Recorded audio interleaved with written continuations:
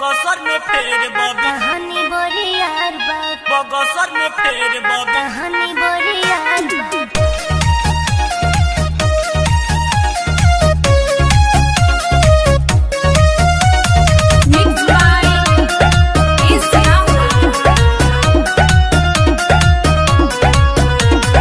हमारा जवानी के कहानी बोरी यार बा कौन रंगदार के हो छुए के जोगाड़ बा अरे हो हमारा जवानी के कहानी बोरी यार बा कौन रंगदार के हो छुए के जोगाड़ बा कौन चाहता रे हमारा से कोई बहना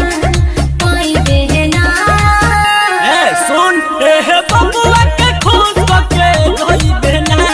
आ बगसर में फेर बबी आई लेना बबुआ के खून के गई बहना आ बगसर में फेर बबी आई बहना। अरे ऐसे मत बुलाए बाबू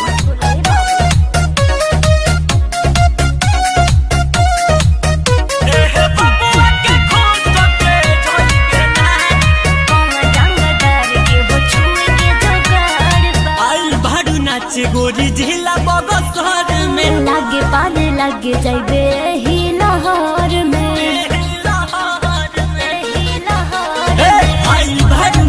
गोरी जिला बगसर में लागे पार लागे जाइबे ही लाहौर में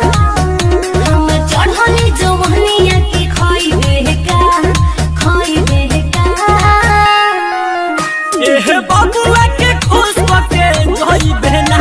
आ बगसर में फेर बबी आई लेना बबुआ के खून के गई बहना आ बगसर में फेर बबी आई बहना।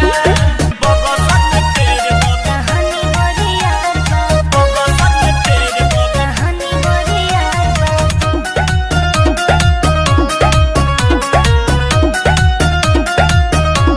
अब यहाँ जमाल हही खाटी मारा दाना हमारा पढ़ेर लोग भइल बा दीवाना भइल बा दीवाना भइल बा दीवाना अब यहाँ जमाल हही खाटी मारा दाना हमारा पढ़ेर लोग भइल बा दीवाना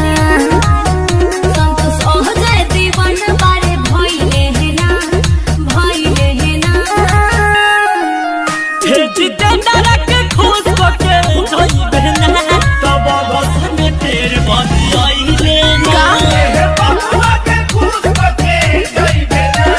आ बगसर में फेर बबी आई बहना। पूरा बक्सर तोहर मामा के हका